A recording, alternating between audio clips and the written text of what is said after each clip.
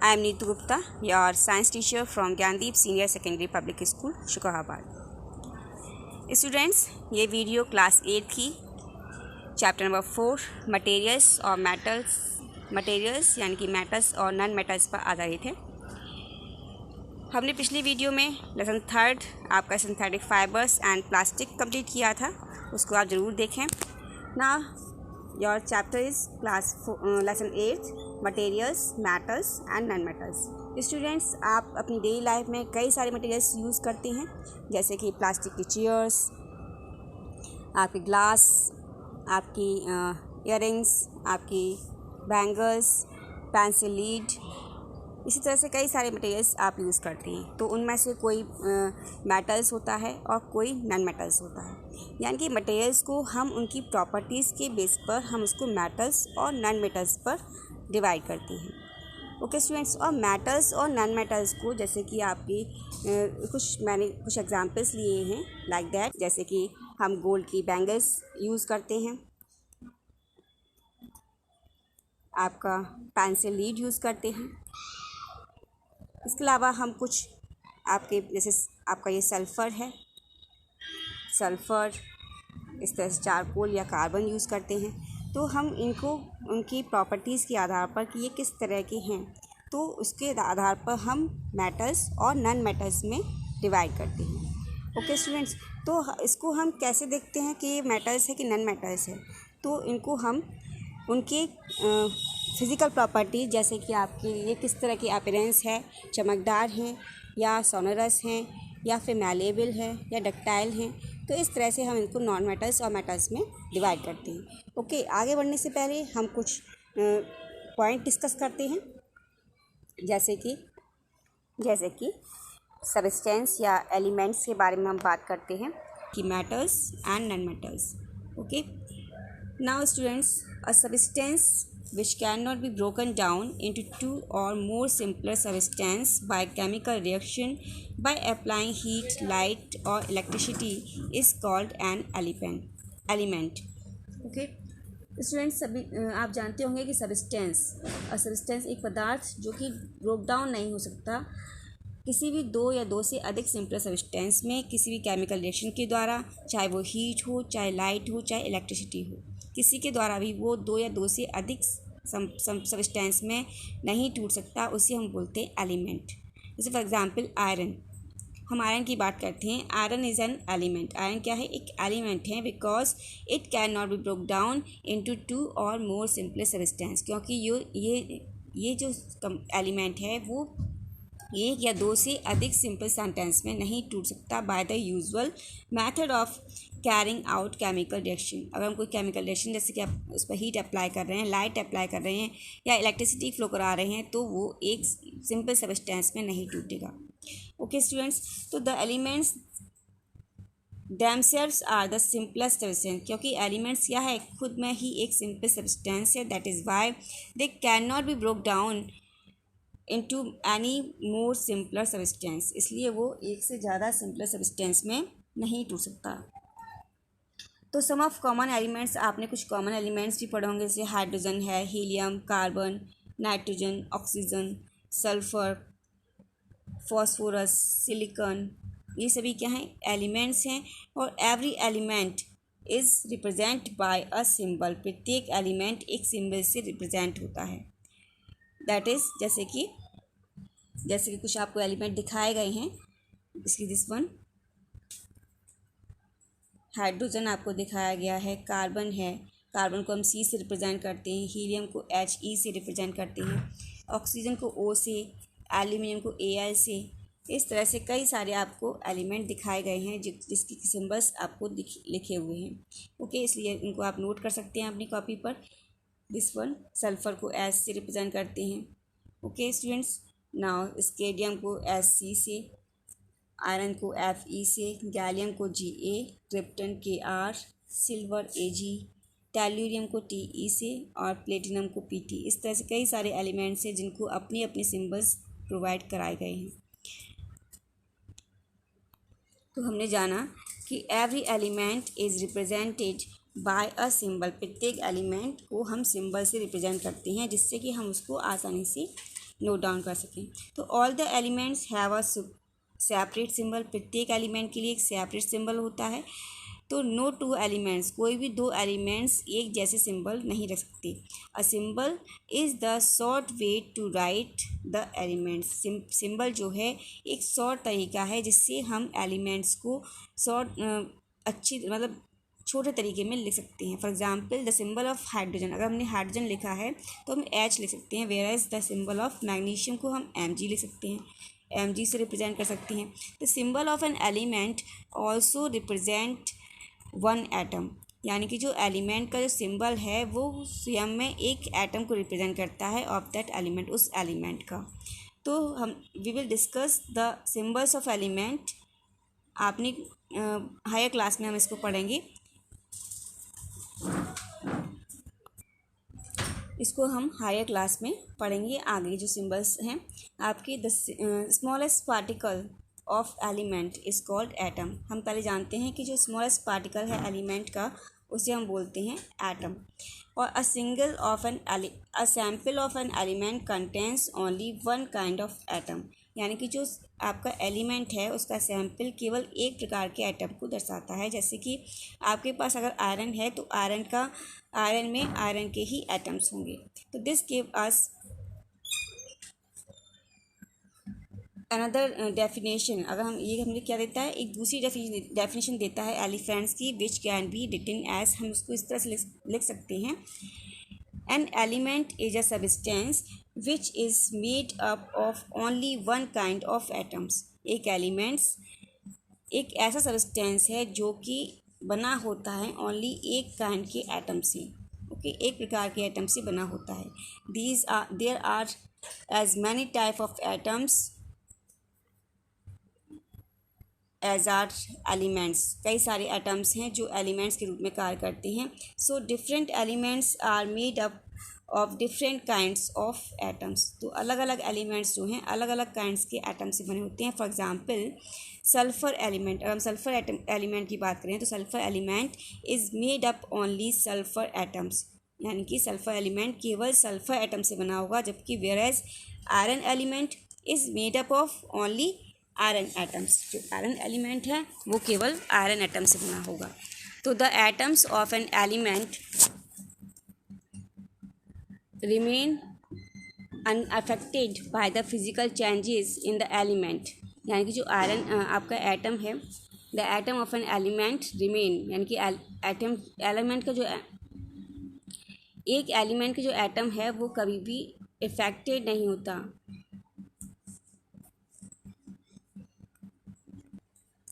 यानी कि जो एटम्स होते हैं एलिमेंट्स के वो अनइफेक्टेड होते हैं by the physical change in the element. अगर एलिमेंट में कोई भी फिजिकल चेंज हो रहा है तो एटम्स जो हैं एटम्स में कोई भी परिवर्तन नहीं आएगा। फॉर एग्ज़ाम्पल अगर हम एटम की बात करें लिक्विड सल्फ़र के एटम की, तो लिक्विड सल्फ़र और vapour forms of sulfur would be exactly the same as that of a solid sulfur। जो लिक्विड सल्फ़र के जो एटम्स हैं वो वेपर फॉर्म्स के जो सल्फ़र है उसके जो एटम्स हैं वो सभी सॉलिड सल्फ़र के एटम से सेम होंगे, okay.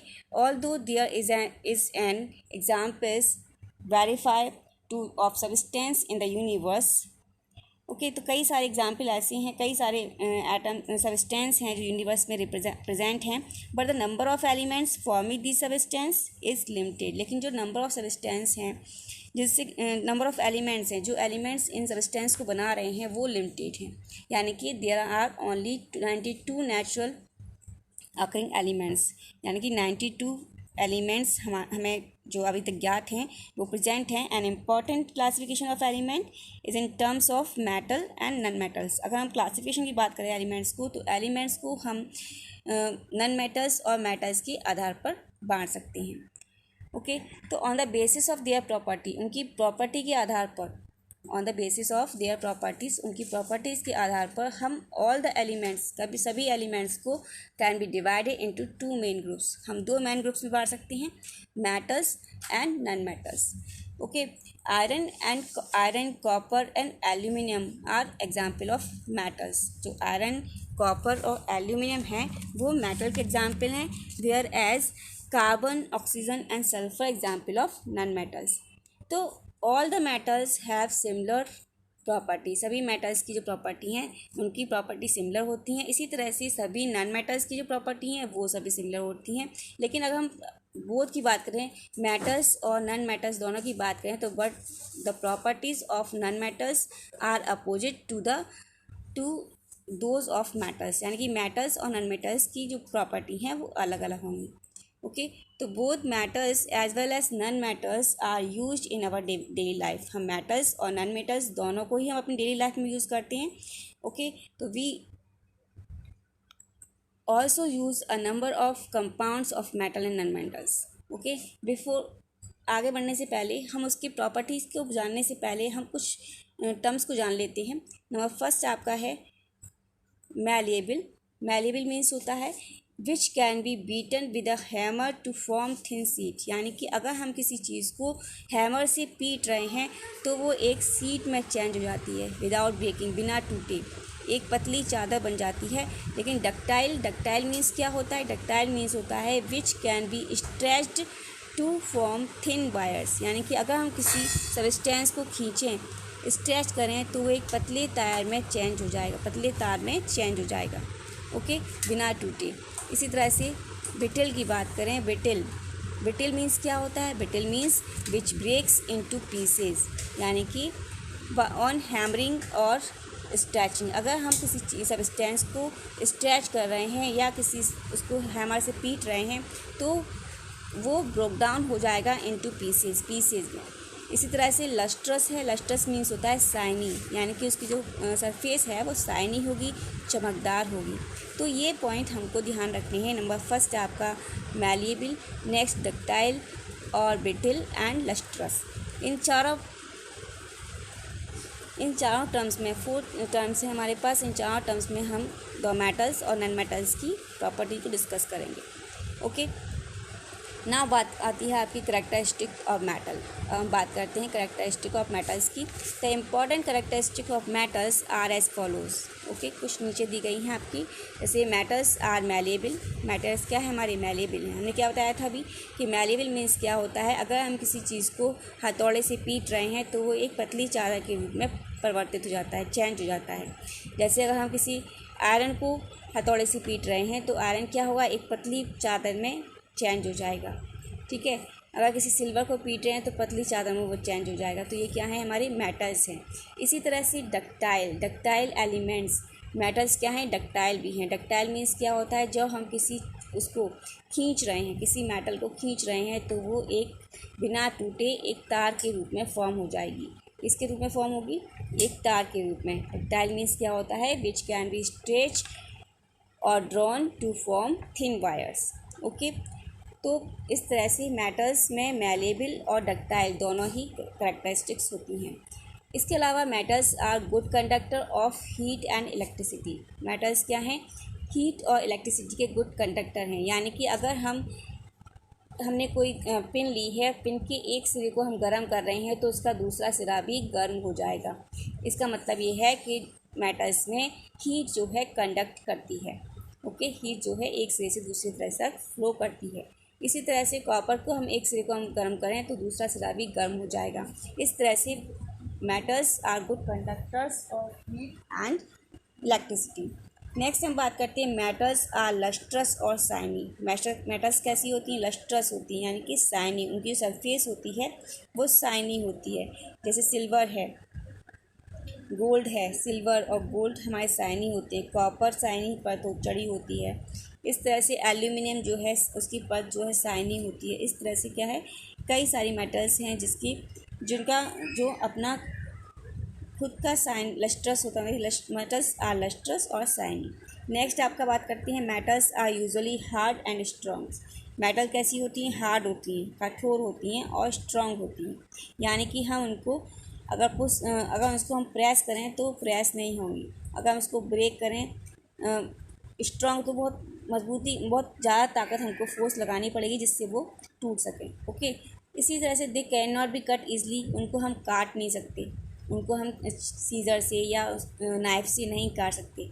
All the metals are solid, सभी मेटल्स कैसी होती हैं, सॉलिड्स होती हैं। लेकिन एक अपवाद है, एक्सेप्ट है, उसमें कौन सा एक्सेप्ट है, वो है मर्क्यूरी।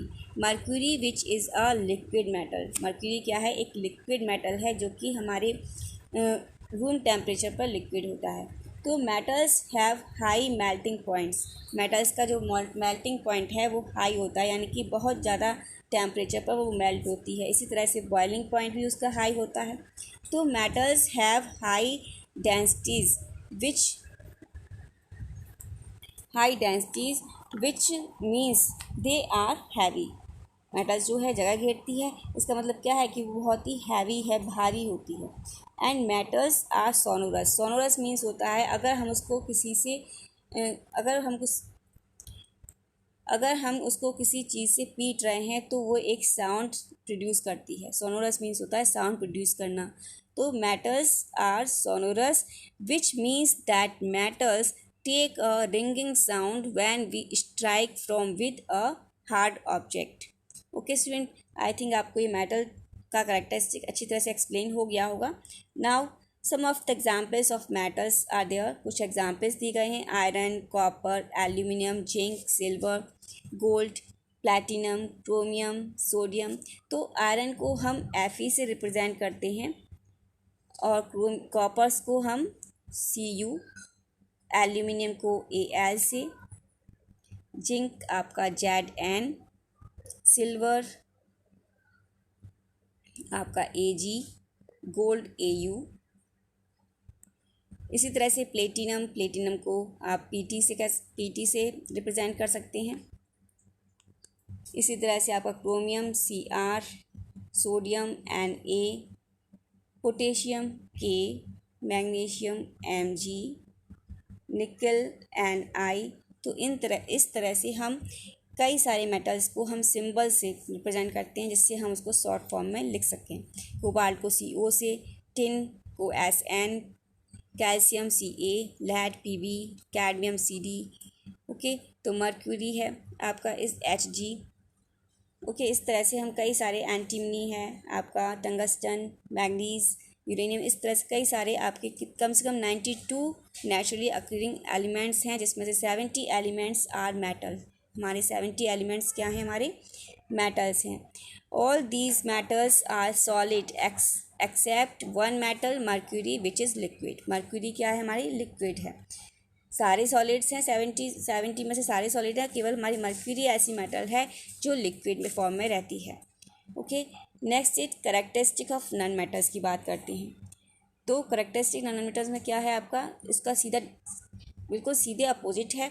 जैसे हमारा मेटल्स क्या था, मेटल्स हमारे क्या थे, मैलिएबल थे, लेकिन नॉन मेटल्स क्या है हमारे, नाइदर मैलिएबल और नॉट डक्टाइल। जैसे हमारे मेटल्स जो थे मैलिएबल एंड डक्टाइल थे, लेकिन क्या है नॉन मेटल्स, नाइदर मैलिएबल और नॉट डक्टाइल, यानी कि ना तो हम इनको हथौड़े से पीटकर पतली चादर बना सकते हैं और ना ही इसको खींचकर एक लंबा सा तार बना सकते हैं। इसी तरह से दे आर ब्रिटल, ये क्या है, ब्रिटल हैं, यानी कि इनको हम अगर हथौड़े से पीटें तो ये छोटे छोटे क्रिस्टल में टूट जाते हैं, लेकिन मेटल्स में ऐसा नहीं होता है। Non metals do not conduct heat and electricity. हमने देखा था कि मेटल्स में हीट और इलेक्ट्रिसिटी कंडक्ट होती है, बट नॉन मेटल्स में क्या होता है, कंडक्ट नहीं होती है heat and electricity. So non metals are non lustrous और शाइनी। तो नॉन मेटल्स क्या थे, मेटल्स क्या थे हमारे, लस्ट्रस थे, शाइनी थे, यानी कि उसमें चमकपन होता है, एक चमकदारपन होता है। लेकिन नॉन मेटल्स में क्या है, वो नॉन लस्ट्रस होते हैं, यानी कि उसमें चमक नहीं होती है। And they are dull in appearance, और वो देखने में डल लगते हैं। तो solids non metals are usually neither hard और नॉट स्ट्रॉन्ग। जो सॉलिड नॉन मेटल्स होते हैं वो ना तो हार्ड होते हैं और ना ही स्ट्रॉन्ग होते हैं, और इनको हम आसानी से काट भी सकते हैं, मेटल्स को हम आसानी से काट नहीं सकते हैं। इसी तरह से non metals can be solid, liquid, gas. हमारी जो मेटल हैं वो सॉलिड होती हैं सभी, केवल एक को छोड़कर, वो क्या था हमारा, मर्क्यूरी था। लेकिन नॉन मेटल्स में क्या है, नॉन मेटल्स सॉलिड भी हो सकती हैं, लिक्विड भी हो सकती हैं और गैस भी हो सकती हैं at the room temperature. Okay, and non metals have usually low melting points. Non metals का जो मेल्टिंग पॉइंट्स होता है वो लो होता है, यानी कम कम टेम्परेचर पर ही वो मेल्ट हो जाती हैं, इसी तरह से कम टेम्परेचर पर ही बॉयल हो जाती हैं। Non metals have low densities which means they are light, इसका मतलब क्या है कि वो हल्की होती हैं। Non metals are not sonorous, वो कैसी हैं, नॉट सोलोनस हैं, यानी कि विच मीन्स मतलब क्या है कि non metals do not make a ringing sound when we strike them with a hard object. अगर किसी हार्ड ऑब्जेक्ट से या किसी इसको डंडे से पीटें तो क्या होगा, उसमें कोई साउंड नहीं उत्पन्न होगी, जबकि मेटल में क्या था, वो हमारी सोनस थी, यानी कि उसमें साउंड उत्पन्न होती है। कुछ एग्जाम्पल्स दिए हुए हैं, कार्बन, सल्फर, फॉस्फोरस। और कार्बन को हम किससे रिप्रेजेंट करते हैं, सी से, सल्फर एस, फॉस्फोरस आपका हाइड्रोजन को एच है आपका, फॉस्फोरस आपका P, oxygen O, nitrogen N, fluorine आपका F L, chlorine C L, bromine B R, iodine helium. Okay, इस तरह से कई सारे आपके नॉन मेटल्स हैं जिनको कि हम सिंबल से रिप्रेजेंट करते हैं। और आपके of the 92 natural occurring element हैं, उसमें से 22 एलिमेंट्स हमारे नॉन मेटल्स हैं। कितने एलिमेंट्स नॉन मेटल हैं, 22, जबकि 70 हमारे कितने थे, 70 हमारे मेटल थे। Out of these 10 non metals are solids, इसमें से 22 में से 10 मेटल्स हमारे सॉलिड हैं, 1 मेटल हमारा लिक्विड है, whereas the remaining 11 metals are gases, और सारे नॉन मेटल्स हमारे गैस हैं। और जो नॉन मेटल हमारा लिक्विड है वो है bromine. Bromine is in liquid form, bromine हमारा लिक्विड फॉर्म में पाया जाता है। ओके स्टूडेंट्स, नाउ नेक्स्ट हम बात करते हैं मेटलॉइड के बारे में। मेटलॉइड ऐसी एलिमेंट्स हैं जिसमें मेटल्स और नॉन मेटल्स दोनों के ही गुण पाए जाते हैं, कुछ मेटल्स के और कुछ नॉन मेटल्स के। तो there are some elements which show some properties of metals and the other properties of non metals. जैसे the elements whose properties are intermediate between those of metals and non-metals are known as metalloids। अगर कोई पूछे तो metalloids की हम definition को इस तरह से हम डिफाइन कर सकते हैं, the elements whose properties are intermediate between those of metals and non-metals are known as metalloids। For example, metals are good conductor of electricity, जैसे metals हमारे क्या होते हैं, good conductor होते हैं इलेक्ट्रिसिटी के, whereas non-metals do not conduct electricity, जबकि non metals क्या करते हैं, इलेक्ट्रिसिटी को कंडक्ट नहीं करते हैं एट ऑल। क्या ओके, इसी तरह से लेकिन मेटलॉइड्स क्या होता है, metalloids conduct electricity to a small extent, यानी कि मेटलॉइड्स में इलेक्ट्रिसिटी थोड़ी मात्रा में कंडक्ट हो सकती है। सो मेटलॉइड्स आर क्या है, हमारी मेटलॉइड्स सेमी कंडक्टर्स हैं। मेटलॉइड्स क्या हैं, हमारे सेमी कंडक्टर्स हैं, क्योंकि थोड़ी सी मात्रा में इनमें इलेक्ट्रिसिटी फ्लो हो सकती है। कुछ एग्जांपल्स दिए गए मेटलॉइड्स के आपके, silicon, germanium, arsenic, tellurium, silicon को SE से, ओके, इस तरह से टेल्यूरियम को TE से, इस तरह से हम इसको रिप्रेजेंट करते हैं। We will learn more about metalloids in higher classes, हम लोग हायर क्लास में और इसके बारे में पढ़ेंगे। इसके बाद अब आता है, आपने अभी प्रॉपर्टीज़ पढ़ी, अपनी कैरेक्टरिस्टिक पढ़ी कि मेटल्स, मेटलॉइड्स और नॉन मेटल्स को आप कैसे पहचान सकते हैं। अब इसके बाद हम पढ़ेंगे इसकी physical properties and chemical properties of metals and non metals, और उसके यूजेस के बारे में भी बात करेंगे नेक्स्ट वीडियो में हम। इसके बाद और हम बात करेंगे हम इसके डिफरेंसेस के बारे में, differences in physical properties and chemical properties. I think आपको इतना जो मैंने आज आपको एक्सप्लेन किया वो आपको समझ में आ गया होगा। तो okay students, good bye and take